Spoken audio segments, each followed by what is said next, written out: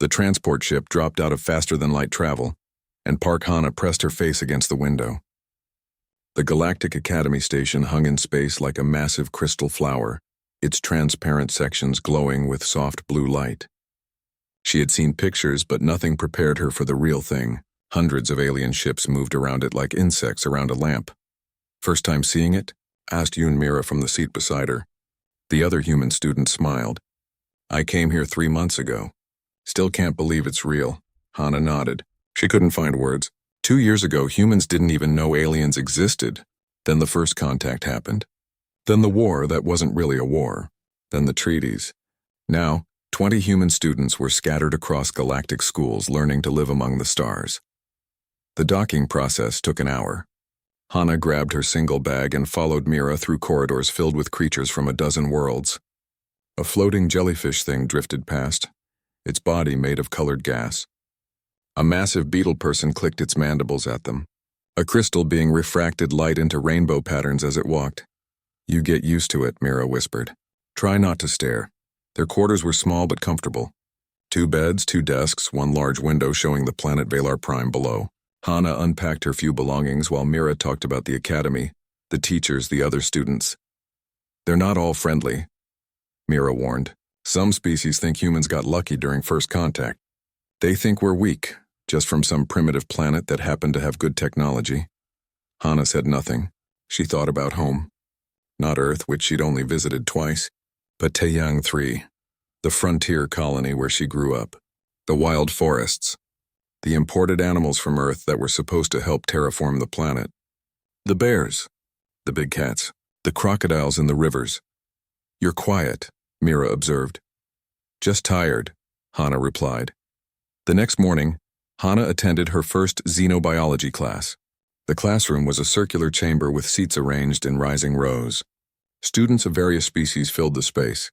The insect-like student she'd seen earlier sat in the front row. The crystal being occupied a special platform that rotated slowly. The gas creature floated near the ceiling.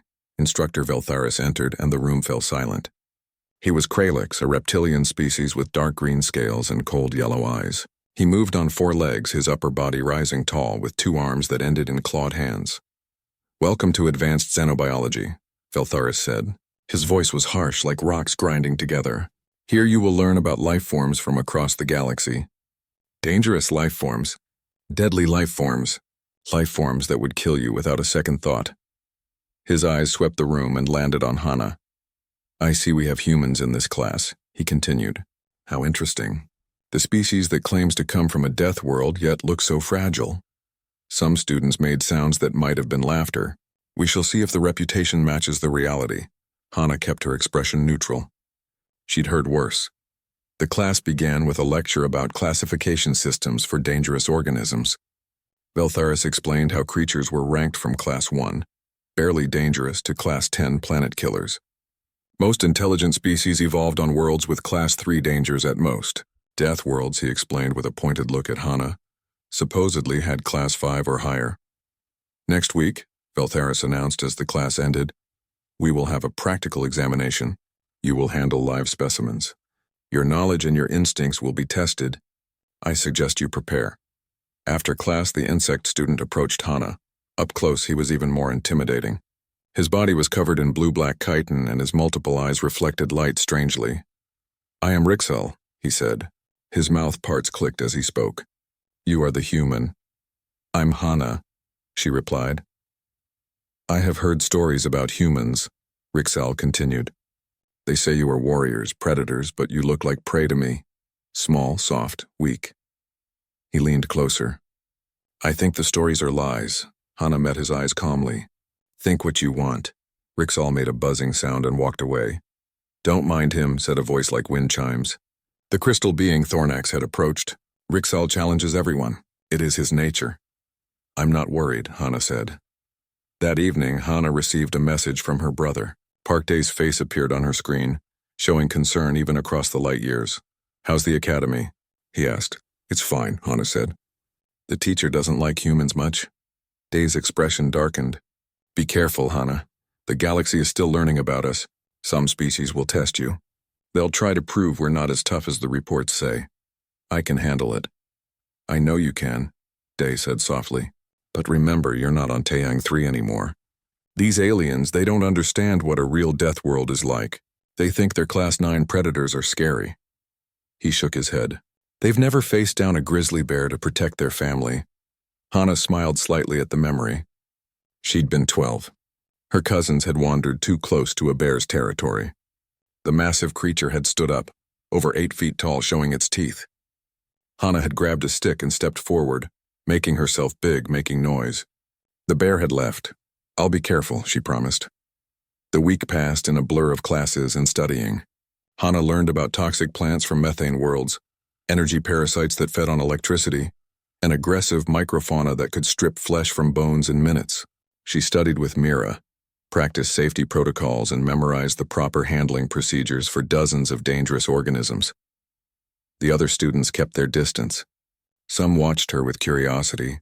Others, like Rixel, seemed hostile. Only Thornax and the gas creature, Quellara, treated her like any other student. The night before the practical exam, Hana stood at the window of her quarters, looking out at the stars. Somewhere out there was Earth. Somewhere else was Taeyang 3. Both were death worlds by galactic standards. Both had shaped humanity into what it was. Mira joined her at the window. Nervous about tomorrow? A little, Hana admitted.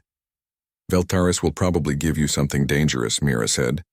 He's been building up to it all week, talking about how Deathworlders should be able to handle Deathworld creatures. Hana nodded. She expected as much. Just be careful, Mira said. Don't let him push you into something stupid. But as Hana lay in bed that night staring at the ceiling, she knew Veltharis would do exactly that. He wanted to prove humans were frauds. He wanted to see her fail, maybe even get hurt. He had no idea what he was actually dealing with. Humans weren't just from a death world. They were the reason it was called a death world in the first place. The xenobiology arena was much larger than Hana expected. The circular space stretched 50 meters across with high walls made of reinforced transparent material. Seats rose in tiers around it, already filling with students from various classes who had come to watch the practical exam. Hana stood with her classmates in the preparation area. Through the transparent wall, she could see containment units arranged around the arena's edge. Each held a different creature. Some moved. Some didn't. All were dangerous. Instructor Veltharis stood at the center of the arena, his reptilian form casting long shadows under the bright lights. Today you will demonstrate your knowledge and your instincts, he announced. His voice echoed through speakers. Each of you will enter the arena and handle a specimen appropriate to your skills. You will be evaluated on your approach, your technique, and your survival. Rixal went first. His specimen was a toxic plant from his home world, something his species dealt with regularly. He handled it perfectly, his chitinous hands immune to its poison. The watching students made approving sounds. Thornax faced an energy parasite. The crystal being's body naturally repelled such creatures, and the test was more about showing proper containment procedures than actual danger.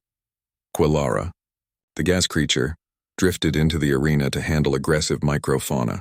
Her gaseous form simply absorbed and neutralized them. One by one, students faced their challenges. Most passed. A few made mistakes but survived thanks to the safety systems.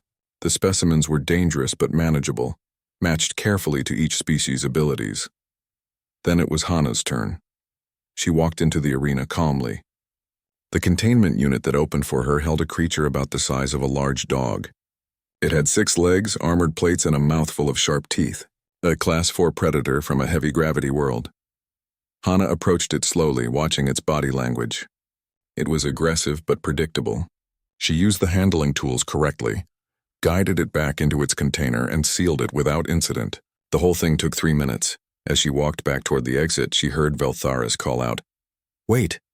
Hana stopped and turned. The instructor was staring at her with his cold yellow eyes. "That was adequate," he said, "but I wonder if it was truly challenging enough for a death worlder. Perhaps we should test you with something more appropriate." Mira stood up in the observation seats.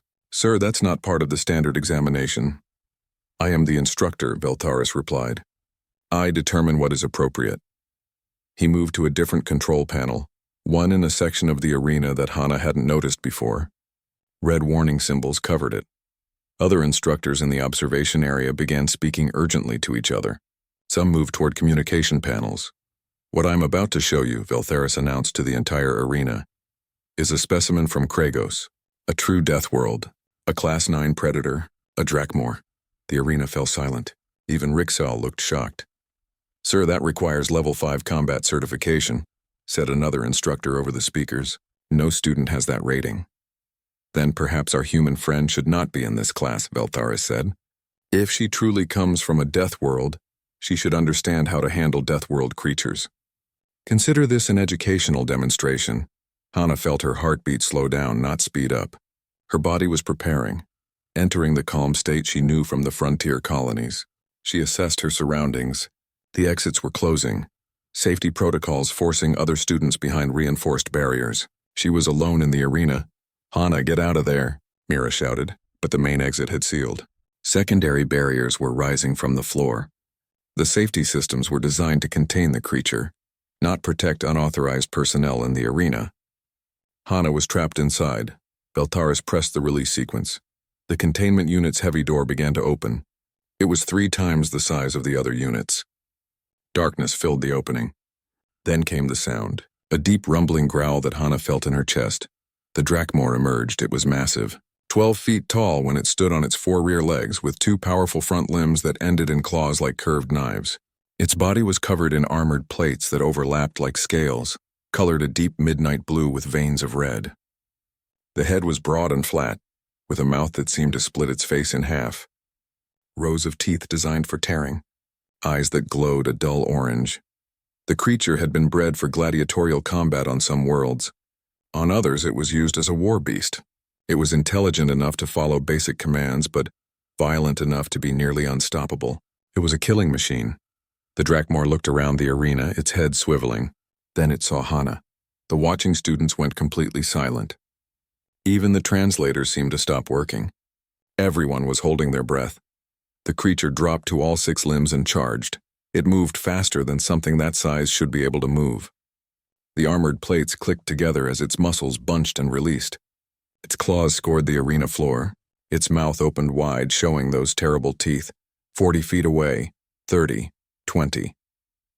Hana didn't run. She didn't scream.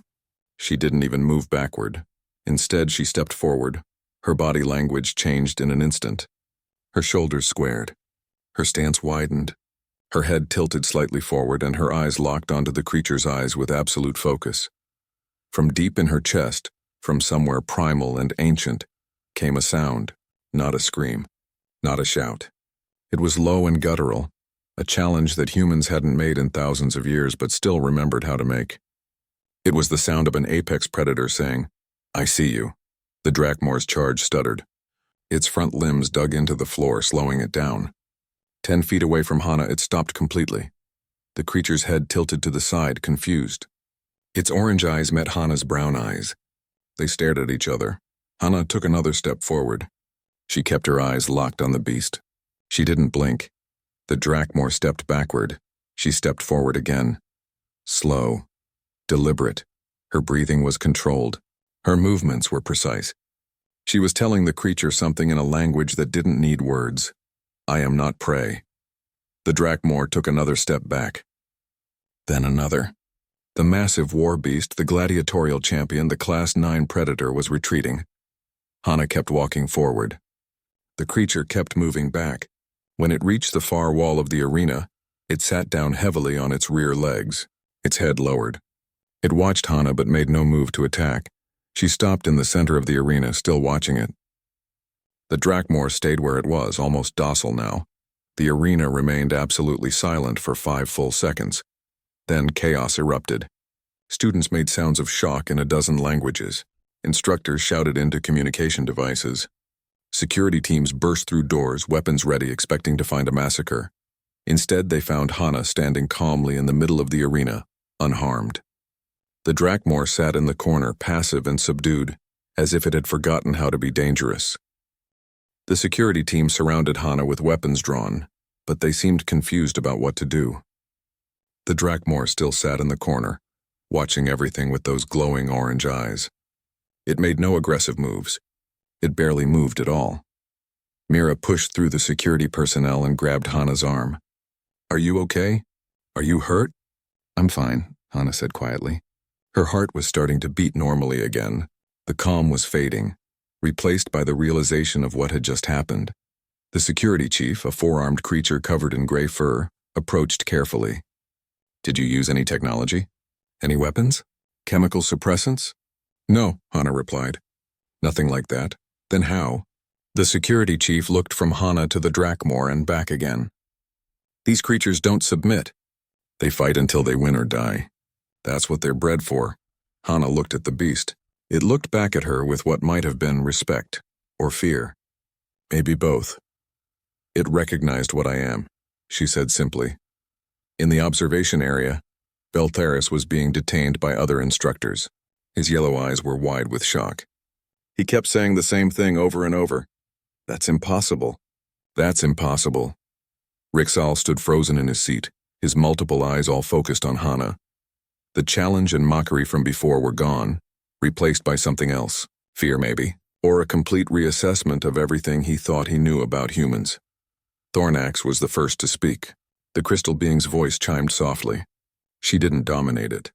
She communicated with it, predator to predator. The security team managed to get the Drakmor back into its containment unit. The creature went willingly, which confused them even more. They'd expected to use stun weapons and sedatives. They'd prepared for a fight. Instead, the beast walked calmly back into its cage. Hana was escorted to the medical bay.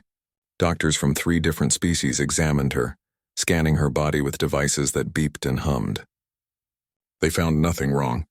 No injuries, no signs of trauma. Her heart rate was already normal. Her stress hormones were declining to baseline levels.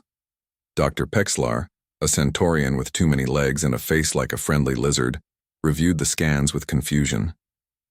Your adrenal response during the encounter was extreme. Your body produced chemicals at levels that should have caused serious damage. But I'm fine, Hana said. Yes. That's what confuses me. Dr. Pexlar pulled up more data on his screen. Your threat assessment system operated at a speed we normally only see in species with artificial neural enhancement. You evaluated the creature, assessed its behavior, and responded appropriately in less than 2 seconds. That's remarkable. I've dealt with dangerous animals before, Hana explained. Apparently. Dr. Pexlar made notes on his device. Tell me, what did you see when you looked at the Drakmor? Hana thought about it. I saw a predator, a territorial one. It was confused about what I was. When I showed I wasn't prey, it backed down. That's normal behavior for a predator that isn't starving or protecting young. Dr. Pexlar stared at her. You understood its behavior that quickly? It's basic animal psychology, Hana said. Predators don't waste energy on fights they don't need to have. Once it realized I might hurt it back, fighting me became too expensive. But you're so small compared to it, Dr. Pexlar said. How could you possibly hurt it? Hana met his eyes. It didn't know that I couldn't, and I was willing to try. That's what mattered. The news spread through the academy like fire through dry grass. Within hours, every student knew what had happened. The security footage was reviewed by dozens of instructors and scientists. Arguments broke out in common areas, classrooms, and dining halls. Some students avoided Hana completely now. They saw her as dangerous, unpredictable. Others watched her with new respect. A few approached her with questions about Earth, about humans, about death worlds. Quellara, the gas creature, floated up to Hana in the corridor outside her quarters. I measured your chemical emissions during the incident, she said in her whispery voice. You released pheromones consistent with an apex predator establishing dominance. I didn't know humans could do that. Neither did I, Hana admitted. It wasn't something she'd ever thought about. On Taeyang 3, dealing with animals was just life. You learned what worked and you did it. The council is discussing this, Quellara continued. They're wondering if humans are more dangerous than anyone thought. That night, Hana couldn't sleep. She lay in her bed staring at the ceiling while Mira snored softly across the room. Her mind kept replaying the moment when the Drakmor charged, the feeling of absolute calm, the certainty that she knew how to handle it. Her brother's face appeared on her communication device at 300 station time. Hana, Day said urgently, I heard what happened. Are you all right? I'm fine, she assured him. It was under control. Under control? Day shook his head in disbelief. You faced down a Class 9 predator with your bare hands. That's not normal even for us. It wasn't that different from the bear, Hana said. That bear was half the size and wasn't bred for killing, Day replied. Hana, the Galactic Council is calling an emergency session. They're talking about restricting human access to the Academy system. Hana sat up. What? Why? Because you scared them, Day said simply. They're realizing that humans aren't what they thought. They classified us as a low-threat species with decent technology. Now they're seeing that we're apex predators with decent technology. That's different. That's scary. I didn't hurt anyone, Hana protested. I just stopped the creature from hurting me. I know. But think about it from their perspective. Most intelligent species in the galaxy evolved as prey animals or opportunistic omnivores. They developed intelligence to avoid predators. We developed intelligence to become better predators. That's almost unique in known space. Hana pulled her blanket around her shoulders. So what happens now? There's going to be a hearing, Day said. You'll have to testify. They'll decide if humans should be allowed to continue in galactic society, or if we should be restricted to our own systems. That's insane. That's politics. Day's expression softened. Hana, I'm coming to the Academy. You shouldn't face this alone. In the meantime, be careful. There are species that want to use this as an excuse to limit human expansion, and there are others who might try to test you again. After the call ended, Hana walked to the window. The station was quiet at this hour, with most students asleep. Below, the planet Valar Prime rotated slowly, its blue and green surface peaceful and calm. She thought about Earth, about Taiyang 3, about all the frontier colonies where humans lived on the edge of wilderness, learning to coexist with nature's deadliest creatures. Those experiences had shaped humanity. They'd made humans what they were, and now the galaxy had to decide if what humans were was too dangerous to accept. The Galactic Council chambers were enormous. The circular room could hold representatives from hundreds of worlds, with special sections designed for species that breathed different atmospheres, lived in different gravities, or needed different environments.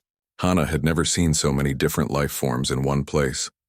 She stood in the center of the chamber on a raised platform.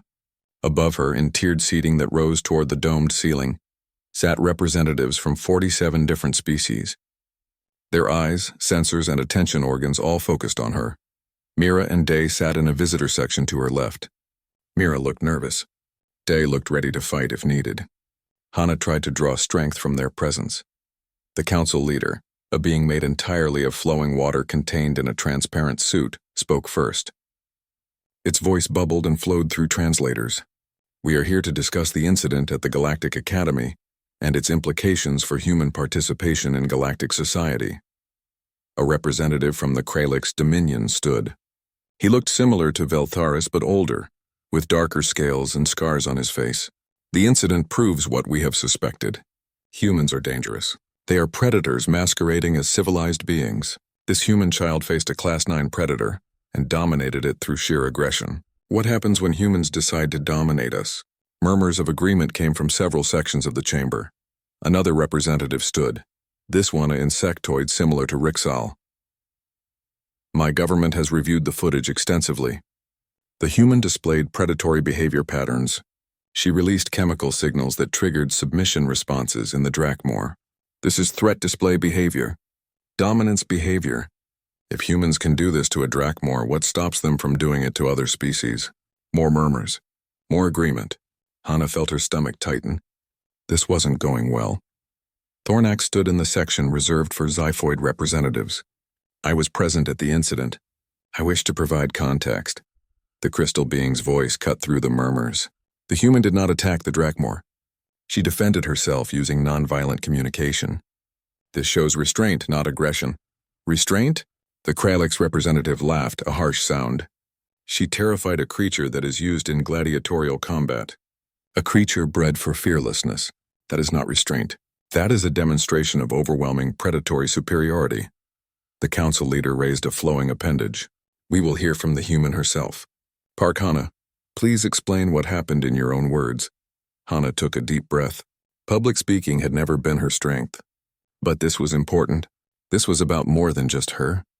I grew up on a frontier colony called Taiyang 3, she began.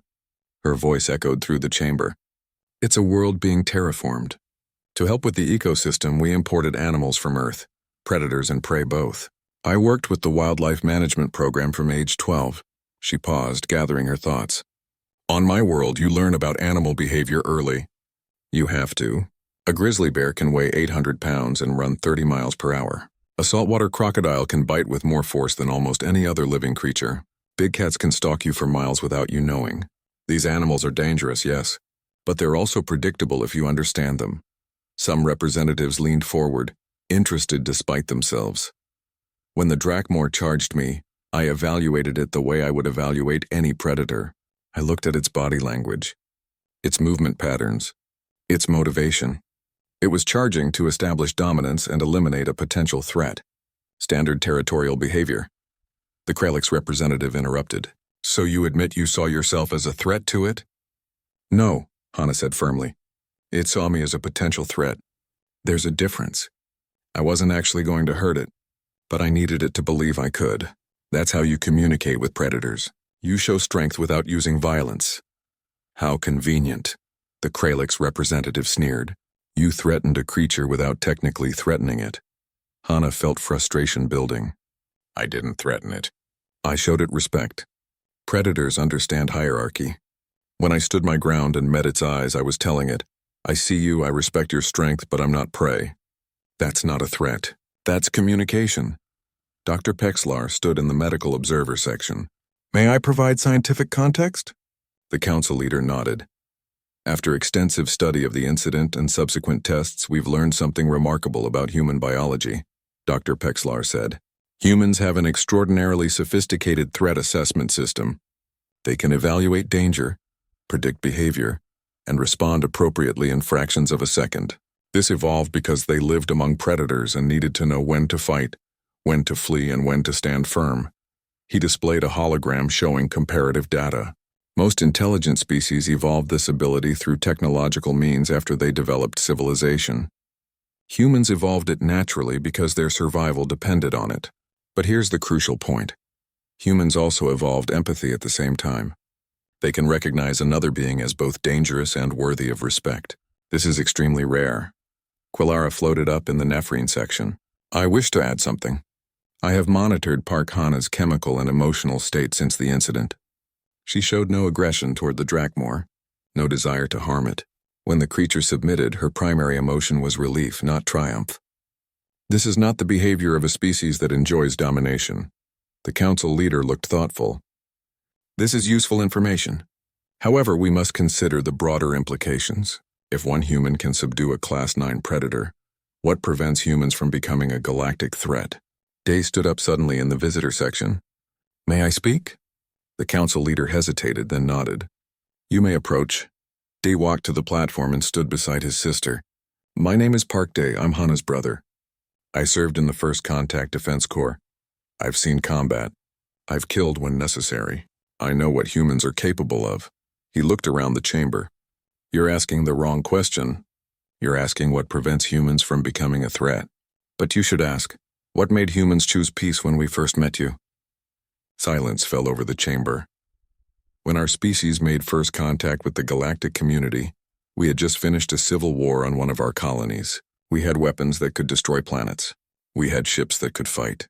We had every reason to be aggressive and territorial, Day continued. But we chose differently. Do you know why? No one answered. Because humans are more than our instincts, Day said. Yes, we evolved as apex predators. Yes, we can be dangerous. But we also evolved cooperation, empathy, and the ability to choose. Every human child is taught from birth to control their aggressive impulses. We're taught that being strong means protecting the weak, not dominating them. He put his hand on Hana's shoulder. My sister didn't dominate that creature. She communicated with it and showed it mercy. When it backed down, she backed down too. That's the choice that defines humanity. Not the capacity for violence, but the choice for peace. The chamber remained silent for a long moment. Then a small representative from a species Hana didn't recognize stood up. I would like to see this footage again. Specifically, the moment after the creature submitted. The hologram replayed the incident. Everyone watched as the Drakmor backed into the corner and sat down. And there, clearly visible, was Hana stopping her advance. She didn't continue forward. She didn't press her advantage. She simply stood in the center of the arena and waited for help. She stopped. The small representative said softly. She could have continued. She could have reinforced her dominance. Instead, she gave the creature space. More representatives began speaking, their voices overlapping. The chamber filled with debate. The debate continued for hours. Representatives argued about human nature, about death worlds, about the meaning of civilization. Some wanted to restrict humans to their own systems. Others argued for full integration. A few suggested compromise positions with monitoring and restrictions. Hana stood on the platform through it all, listening. She heard herself described as a monster by some and a hero by others. Neither felt accurate. She was just a girl who knew how to deal with animals. Finally, the council leader called for silence. Park Hana, you will have one final opportunity to address this council. What do you wish us to understand about humanity? Hana took a deep breath. This was it. Whatever she said now would shape humanity's future in the galaxy. You're right to be concerned about us, she began. Many representatives looked surprised by this admission. We do come from a death world. We are apex predators. We evolved by hunting, by fighting, by surviving things that would kill most species. That's all true. She paused, choosing her words carefully. But here's what you're missing. Every day on Earth, every day on our colonies, humans face deadly creatures. Bears, lions, crocodiles, sharks, snakes with venom that can kill in minutes. We live with these dangers constantly, and yet, she continued, we don't exterminate them. We could. We have the technology. We could make our worlds completely safe by killing every dangerous animal. But we don't. Do you know why? The chamber was silent, waiting. Because we learned something our ancestors figured out thousands of years ago. Being strong doesn't mean destroying everything weaker than you. Being an apex predator doesn't mean you have to kill everything. We learn to live alongside danger. We learn to respect other creatures, even the ones that could kill us. Hana's voice grew stronger. The Drakmor backed down because it recognized a predator. That's true. But I backed down first. When it submitted, I could have kept going. I could have reinforced my dominance, shown it who was superior. But I stopped. I gave it space. Because that's what humans do. We choose when to use our strength and when to show mercy. She looked around the chamber, meeting as many eyes as she could. Every human child learns this. We're taught that violence is a last resort. We're taught that being civilized means controlling our instincts, not eliminating them. We're taught that other beings deserve respect, whether they're stronger or weaker than us. The galaxy sees us as dangerous because we're predators, Hana said.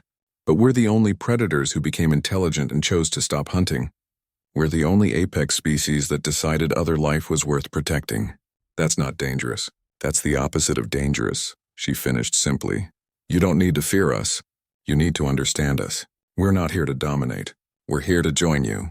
And if there's ever a threat to this galactic community, you'll find that predators make the best protectors. The silence that followed was complete. Even the translation devices seemed to pause. Then Thornax stood.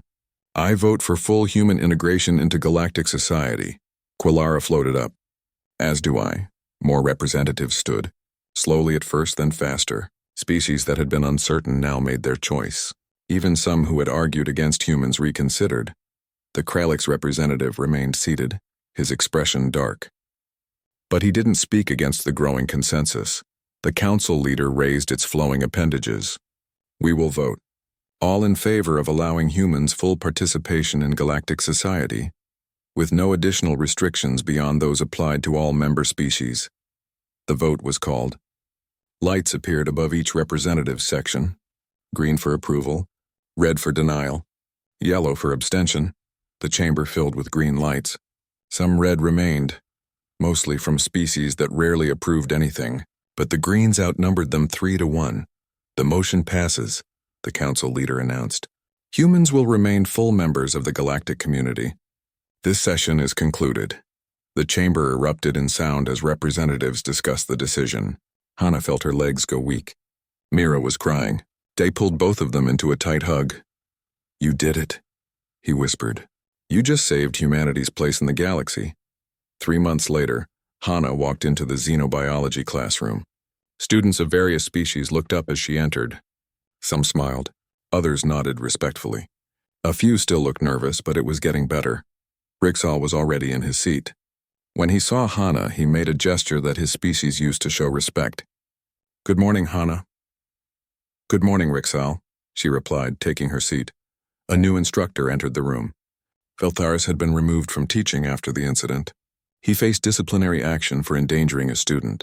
The new instructor was a Nephrine like Kolara, patient and kind. "Today we begin a new unit," the instructor announced. "Comparative predator behavior across different world classifications. And we are fortunate to have an expert among us." The instructor gestured to Hana. Park Hana has agreed to share her knowledge of Earth predators and how her species learned to coexist with them. Hana stood and moved to the front of the classroom. It was strange being in the instructor's position, but this was part of the new cultural exchange program. Humans would teach about Death World ecology. Other species would teach about their own worlds. Everyone would learn. "I'm going to tell you about grizzly bears," Hana began. She displayed a hologram of the massive creature. Many students made sounds of alarm. "They can weigh up to 800 pounds. They have claws 5 inches long. They can run faster than most of you, and humans live near them peacefully." She told them about the day she faced the bear, about standing her ground to protect her cousins, about understanding that the bear wasn't evil or monstrous, just a creature defending its territory, about how she and the bear both walked away safely because they communicated without violence. The students listened with fascination. Even Rixal seemed absorbed in the story.